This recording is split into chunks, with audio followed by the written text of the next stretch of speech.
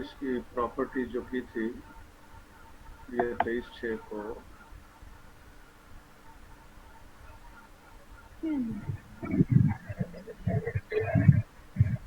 Least square estimator of population parameter variance इसकी हमने की थी। अब ये दूसरी प्रॉपर्टी जो है वो मिनिमम वेरिएंस की, जिसे हम एफिशिएंट बीटास के नाम पर जानते हैं कि OLS एस्टिमेटर जो है वो एफिशिएंट होते हैं, तो उसको minimum variance property of least square estimator भी कहते हैं। स्टार्ट हम वही बेसिकली स्टार्ट करते हैं जो शुरू में कर रहे थे। इसमें सबसे पहले जो हमारा फार्मूला है, बेसिक फार्मूला, मैं दोबारा से लिखता हूँ।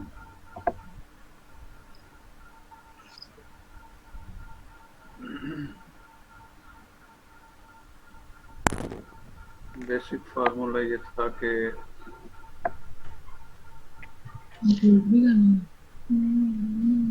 बीटा 2 एस्टिमेटेड का वो बराबर था समेशन स्मॉल xi ओवर ये capital Y over summation small xi square. इसमें से आप जानते हैं कि आपने xi over summation xi square ये वाला, इसको आपने k के बराबर कर दिया था।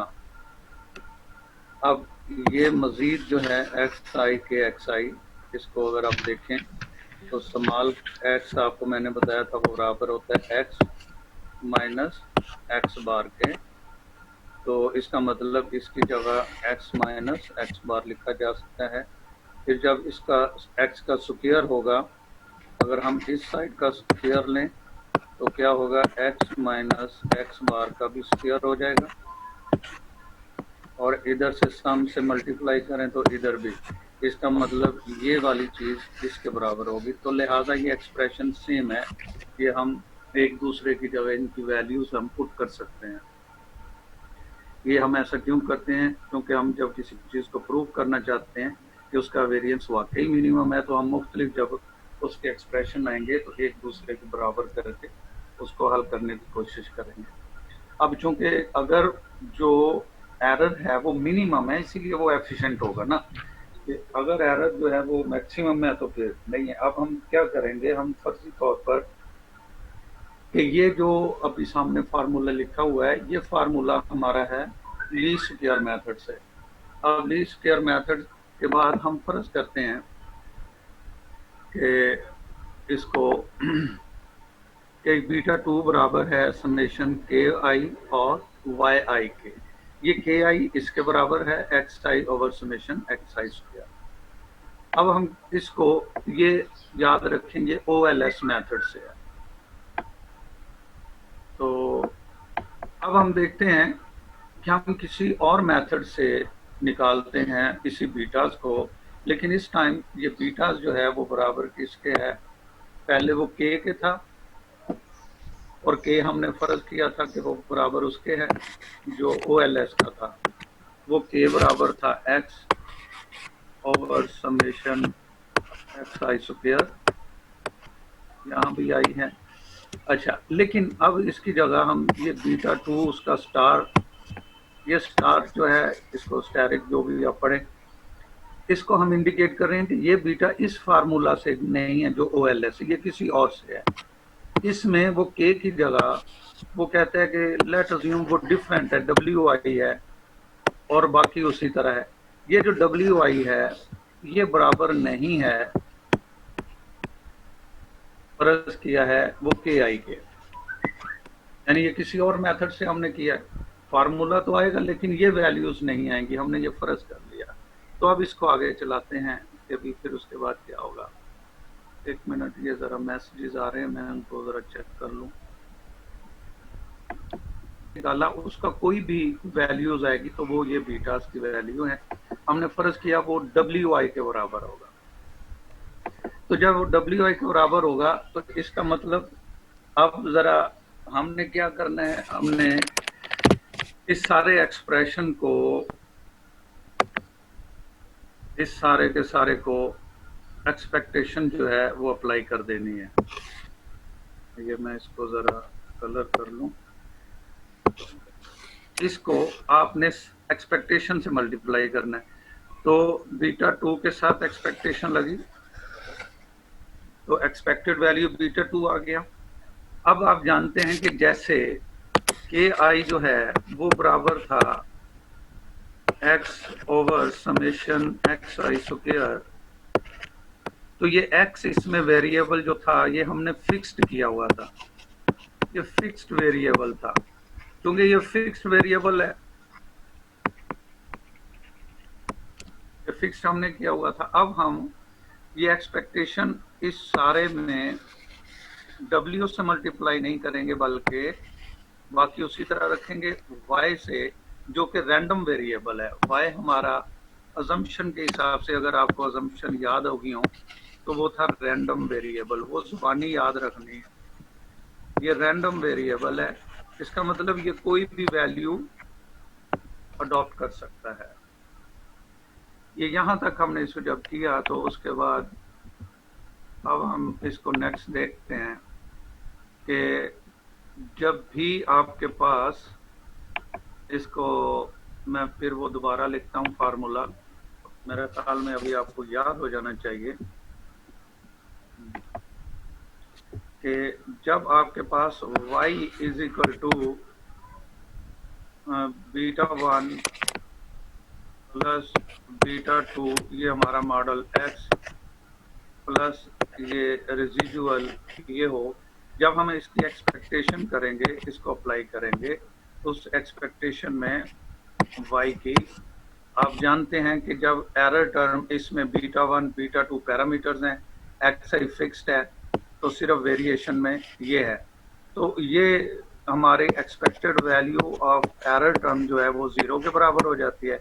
लिहाजा एक्सपेक्टेड y जो है वो β1 प्लस β2 x के बराबर होगा, β1 प्लस β2 x के बराबर है। तो इस समेशन की जगह हमने ये वैल्यूज जो है वो y की वैल्यू लिख दी है। अब इसको दोबारा मल्टीप्लाई कर देते हैं। मैं इसको नेक्स्ट थोड़ा सा पेज ऊपर कर लूं।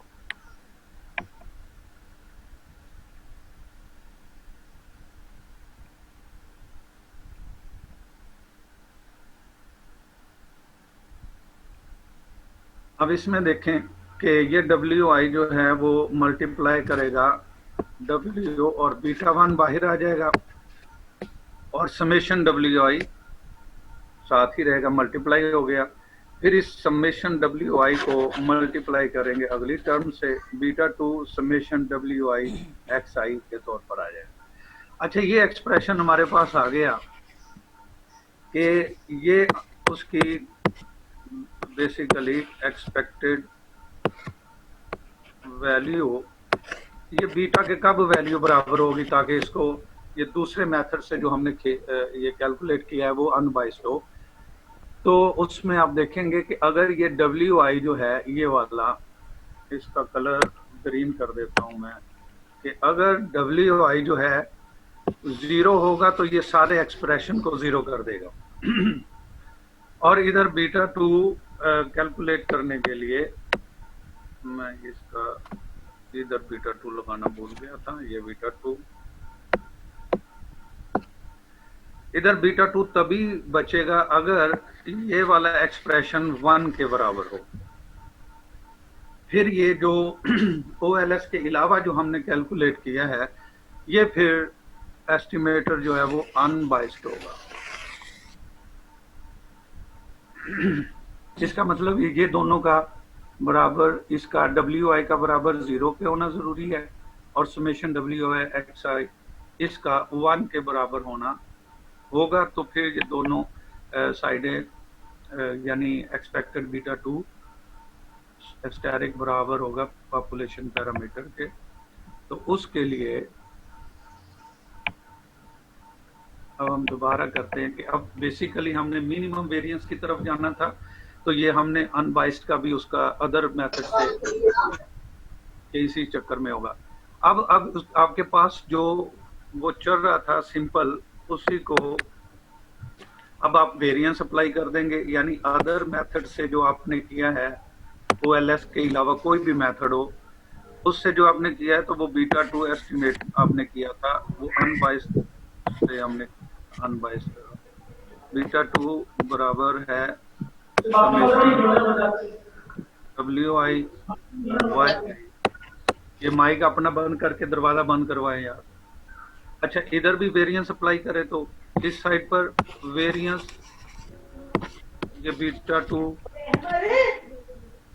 और इधर भी आपका वेरिएंस जो है, और आगे समेशन उसी तरह समेशन WI YI।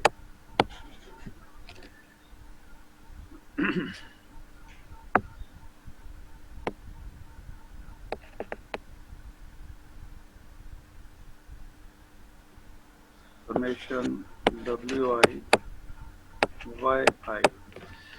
अच्छा, इसके साथ ये अब आ गया। अब देखें वेरिएंस जब हमारा इधर आएगा तो इसको, इसमें W जो है ये हमारा फिक्स्ड वेरिएबल से लिया गया है, तो ये इसका स्क्वायर हो जाएगा। तो इसको जरा चेक करें तो वेरिएंस जब मल्टीप्लाई होगा समेशन WI का स्क्वायर हो जाएगा, और बाकी वेरिएंस जो रैंडम वेरिएबल y है उसके साथ ये वेरिएंस y हो जाएगा।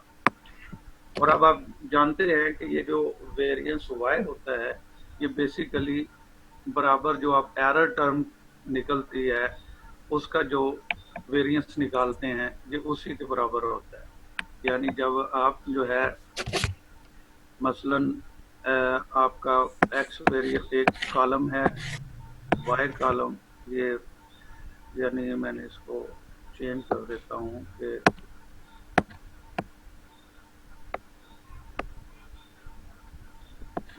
डिपेंडेंट वेरिएबल है, ये इंडिपेंडेंट वेरिएबल है, यानी ये उसकी एक्चुअल वैल्यूज होंगी, ये उसकी एक्चुअल वैल्यूज हैं। फिर आपने y एस्टिमेटेड निकाला इन्हीं बीटास की मदद से, वो एस्टिमेटेड वैल्यूज आएंगी, एस्टिमेटेड वैल्यू और इसमें जो फर्क होगा वो आपकी एरर टर्म होगी। उस एरर टर्म की जो भी वैल्यू, उसका आप वेरिएंस भी मालूम कर सकते हैं, और उसका आप जो है वो इसको हम u के बराबर कर देते हैं, उसका मीन भी निकल सकता है। तो वो कहते हैं कि ये जो वेरिएबल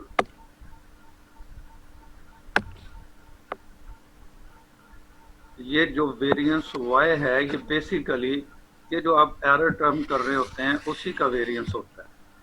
तो इसका मतलब ये हुआ कि अब आपका वेरिएंस जो है, इसको इसकी जगह वेरिएंस लिख दिया ये, और ये summation WI square as it is आपने लिख दिया।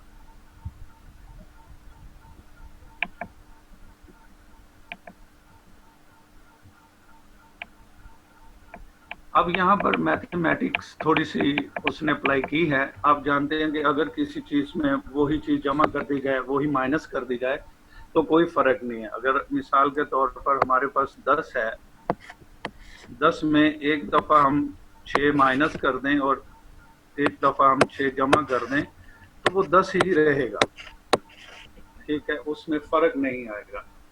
इसी तरह अब इसमें अब आप WI को चेक करें जरा कि WI हमारा जो है सिंपल तौर पर उसका ये स्क्वायर है। यहां पर क्या किया जा रहा है अब कि ये जो W है फिर इसका स्क्वायर है, लेकिन क्या करें, पहले जस्ट W लिखें। W में एक दफा आप वो जो K वाला वैल्यू थी वो x over summation XI square एक दफा आपने माइनस की, एक दफा आपने जमा की। ये मैथमेटिक्स ट्रिक है, इसमें कोई फर्क नहीं पड़ा उस एक्सप्रेशन में। एक दफा माइनस, एक दफा प्लस, और ये चूंकि W का स्क्वायर था, इसका स्क्वायर कर ले। तो ये एक्सप्रेशन उसने इस WI में एक दफा ये माइनस किया और एक दफा प्लस किया और उसको इकट्ठा कर दिया। तो ये बिल्कुल उसी तरह जैसे 10 में एक दफा 6 माइनस करें, एक दफा प्लस करें, तो कोई फर्क नहीं पड़ता।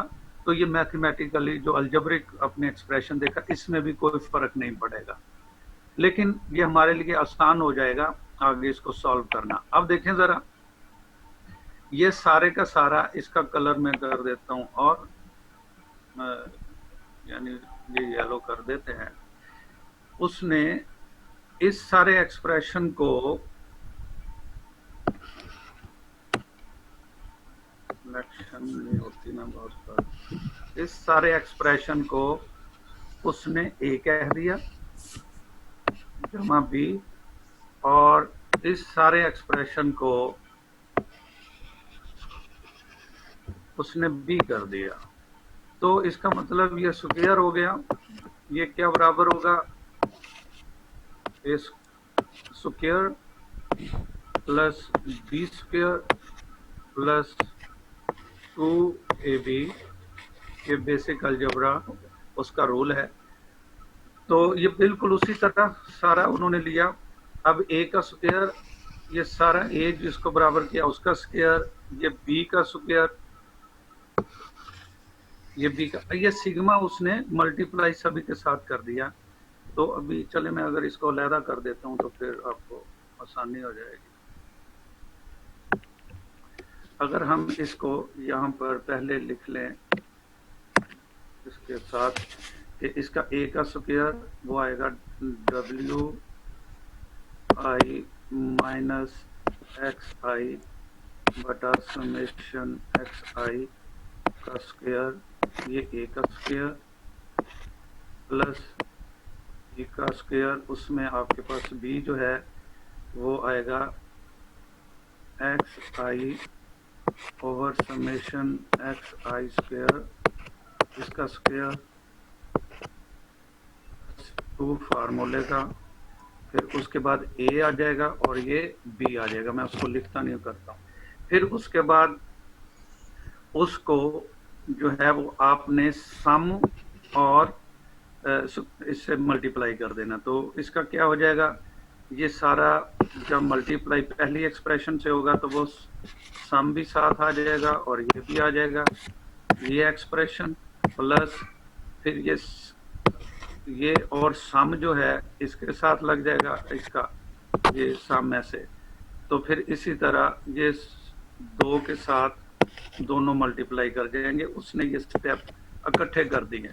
तो ये मैंने आपको इसको समझाया कि ये आप अलग-अलग कर सकते हैं। तो ये मल्टीप्लाई जब उसने कर दिया इसको, यानी स्क्वायर भी ओपन कर लिया और साथ इन दोनों को मल्टीप्लाई भी कर दिया। स्क्वायर लेने के बाद पूरी जो 3 आई ए स्क्वायर आया उससे भी इससे मल्टीप्लाई कर दिया, दूसरे एक्सप्रेशन से भी मल्टीप्लाई कर दिया, इसको तीसरे एक्सप्रेशन से भी मल्टीप्लाई कर दिया। ये उसने इसको किया है। अब इसको नेक्स्ट देखते हैं कि अब जरा चेक करें यहाँ पर। अब हमने जो पिछला हमारे पास नॉलेज है उसको हम इस्तेमाल करेंगे और इसको करने की कोशिश करेंगे। अब टेक्निकली देखें कि आपके पास जो है समेशन 2i और ये माइनस ये एक्सप्रेशन सेम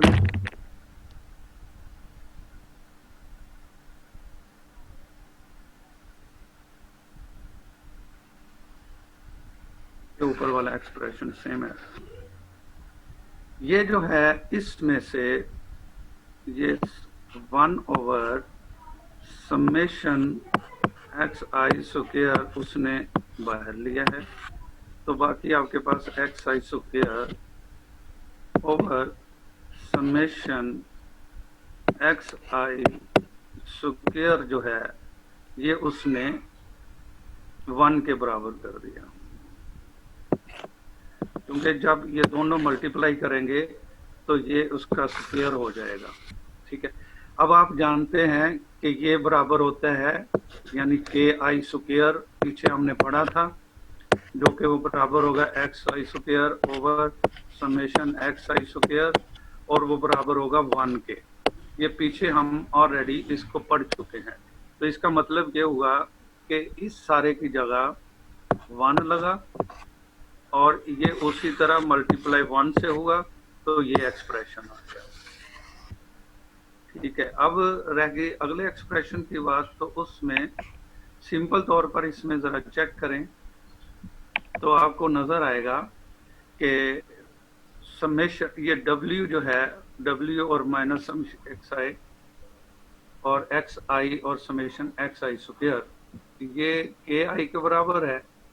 ठीक है, पीछे मैं आपको जरा पहले इसके दिखा दूं, अगर इसके बराबर है ये शुरू, ये हमारा के आई स्क्वायर 1 ओवर समेशन एक्स आई स्क्वायर के बराबर था, और के एक्स आई डब्ल्यू एक्स आई ये 1 के बराबर, समेशन के आई जो होगा वो 0 के बराबर होगा। इसका मतलब ये होगा कि ये एक्सप्रेशन जो है, इसको दोबारा जरा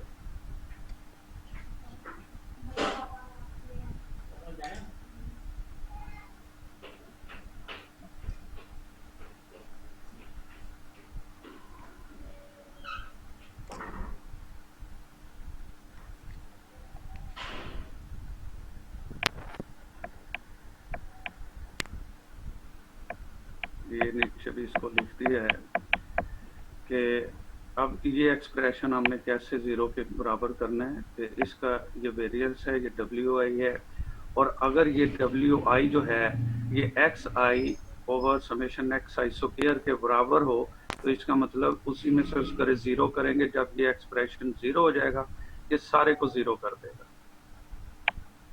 तो नीचे because the last term next to the last step, अभी ये जो है, since the last term in equation 24 is constant, the variance of beta 2 can be minimized only by the manipulating the first term if we let xi over xi square।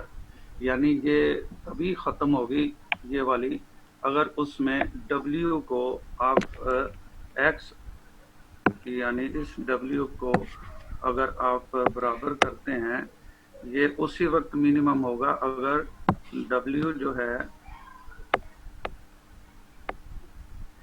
WI जो है वो बराबर होगा x over summation X आई square. ये हम common sense से लिया जा रहा है, यानी अगर यहाँ पर ये x ओवर समेशन एक्स आई स्क्वायर ये होगा तो वो उसी में से माइनस करके 0 हो जाएगा, इस सारे एक्सप्रेशन को कर देगा, तब ये मिनिमम की कैटेगरी में जाएगा। और जब देखें कि यही X I over summation X I इसमें जाएगा, यहाँ पर वैल्यू पर लगेगा, तो ये एक्सप्रेशन को भी 0 कर देगा। तो हमारे पास क्या बच जाएगा, मैं इसको जरा इसमें लिखता हूँ कि ये वही वेरिएंस है जो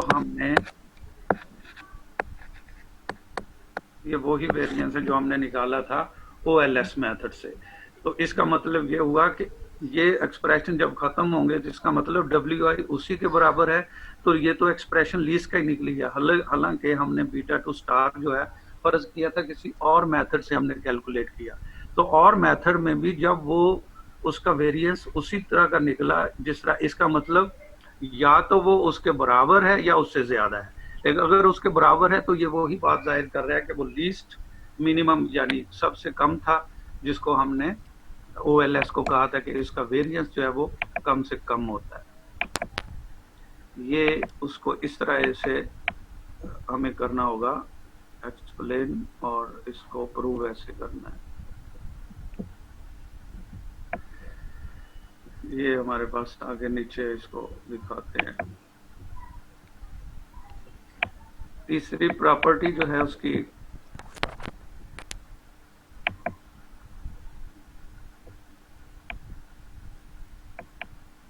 ये देखें कि ये वो कहता है कि वेरिएंस जो है, जो अभी हमने ये पर्पल कलर में लिखा है, तो इसको 1 से मल्टीप्लाई किएगा तो बेसिकली ये वेरिएंस बीटा 2, ये इसमें देखें स्टार लगा हुआ है पहले में, मैं इसको दायरा लगाता हूँ ताकि पता लगे मैं किसको कह रहा हूँ। ये इसमें देखें ये हमने किसी और मेथड से कैलकुलेट किया, जब उसको हमने मैथमेटिक्स एक्सप्रेशन से हल करने की कोशिश की तो ये OLS वाले वेरिएंस के ही बराबर आ गया। इसका मतलब ये हुआ कि ये मिनिमम है, इससे कम नहीं आ सकता वेरिएंस। ये लीस्ट स्क्वायर का मिनिमम वेरिएंस की तरफ इशारा जो है वो कर रहा है।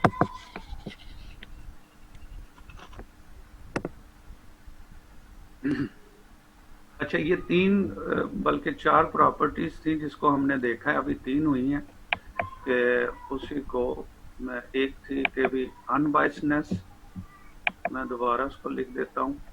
एक थी हमने कि लीनियर होती है, इसके पैरामीटर लीनियर है। दूसरी में अनबायसनेस, ये प्रॉपर्टी थी। तीसरी अभी हमने मिनिमम वेरिएंस की है।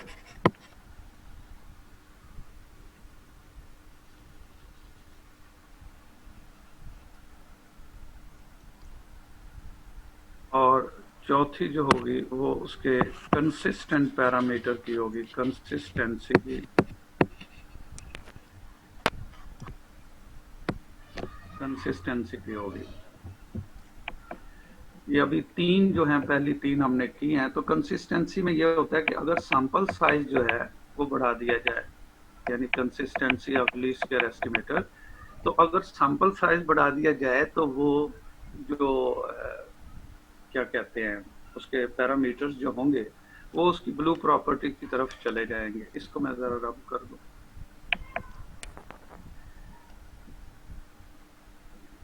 यानी वेरिएंस ऑफ बीटा 2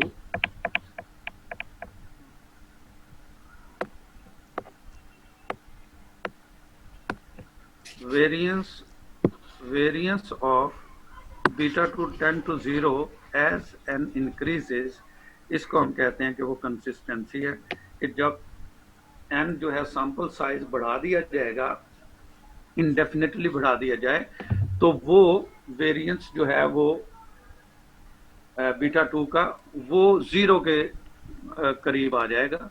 तो इसके लिए क्या, वही फार्मूला अभी आपने वेरिएंस कैलकुलेट किया, बल्कि प्रूव भी किया। तो यहाँ पर आपके पास ये लिखा हुआ है, ये देखें, अभी हमने इसको कैलकुलेट किया है कि ये वेरिएंस बराबर इसके। अब दोनों साइडों को अगर हम, या न्यूमरेटर है ये वेरिएंस, इसको भी n पर डिवाइड कर दें, और डिनोमिनेटर जो है वो समेशन xi स्क्वायर था, इसको भी n पर डिवाइड कर दें। तो वो कहते हैं कि जैसे इसको जब लिमिट अप्लाई करेंगे ये अप्रोच टू 0 हो जाएगा, तो ये वेरिएंस जो है ये 0 तक पहुंच जाएगा। ये बड़ी सिंपल सी इधर है कि इसको इतना प्रूव करने की जरूरत नहीं, ये आपने ऐसे लिख देना है तो इससे जाहिर हो जाएगा।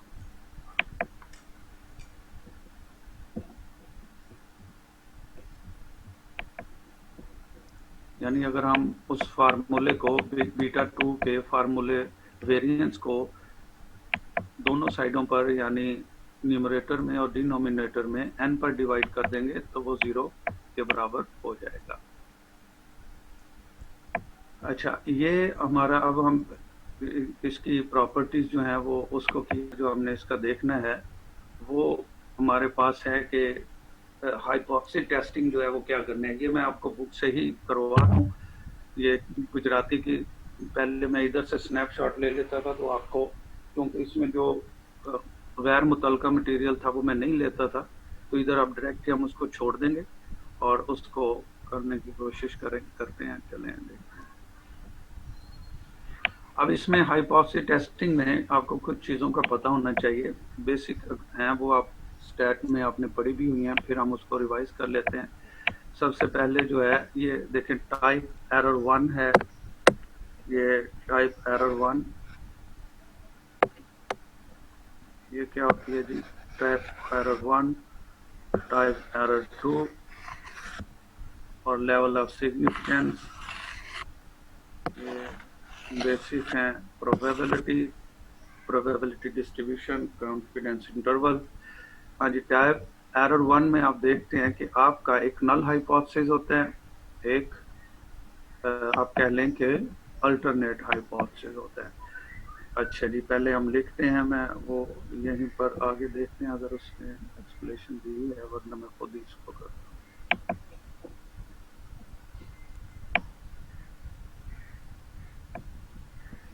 अच्छा जी, मैं चलें वो एच नॉट मैं आपको बताता हूँ कि क्या है।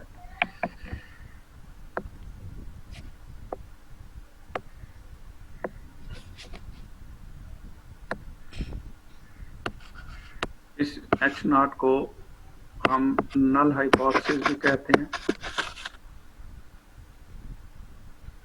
ये बेसिकली जो राइज किस्म के बिलीव चल रहे होते हैं, ये वो होते हैं, ठीक है, यानी जो चीज राइज हो उसके ये इंफॉर्मेशन होती है। दूसरा हमारे पास है, इसको अल्टरनेट यानी कि रिसर्च हाइपोथेसिस भी कहते हैं। अल्टरनेट अल्टरनेट हाइपोथेसिस, इसको हम एच ए के नाम से भी जाहिर कर सकते हैं। तो मिसाल के तौर पर अगर एक चीज़ राइज है, मसलन के कोई भी चीज़ आप जब उसको टेस्टिंग करते हैं, मिसाल के तौर पर आप कहते हैं कि एक कल होता है, ये बेसिकली अल्टरनेट जो है ये आपका क्लेम भी हो सकता है, इसको क्लेम भी बोल देते हैं, ये एक क्लेम है। तो हुआ क्या है कि एक आदमी कहता है कि मैं सिंपल सी एग्जांपल है कि एक बिलीव चल रहा है कि जो काली बिल्ली के रास्ता आगे काटने से नुकसान हो जाता है, ये एक बिलीव है, ये आपका एच नॉट होगा कि आप जो है उसको, ये राइज है, उसको आप लिखेंगे और उसका अल्टरनेट है कि वो नहीं काटता, कोई नुकसान नहीं होता। तो ये आप रिसर्च कर रहे होते हैं कि वाकई वो नहीं काटता कि नहीं काटता।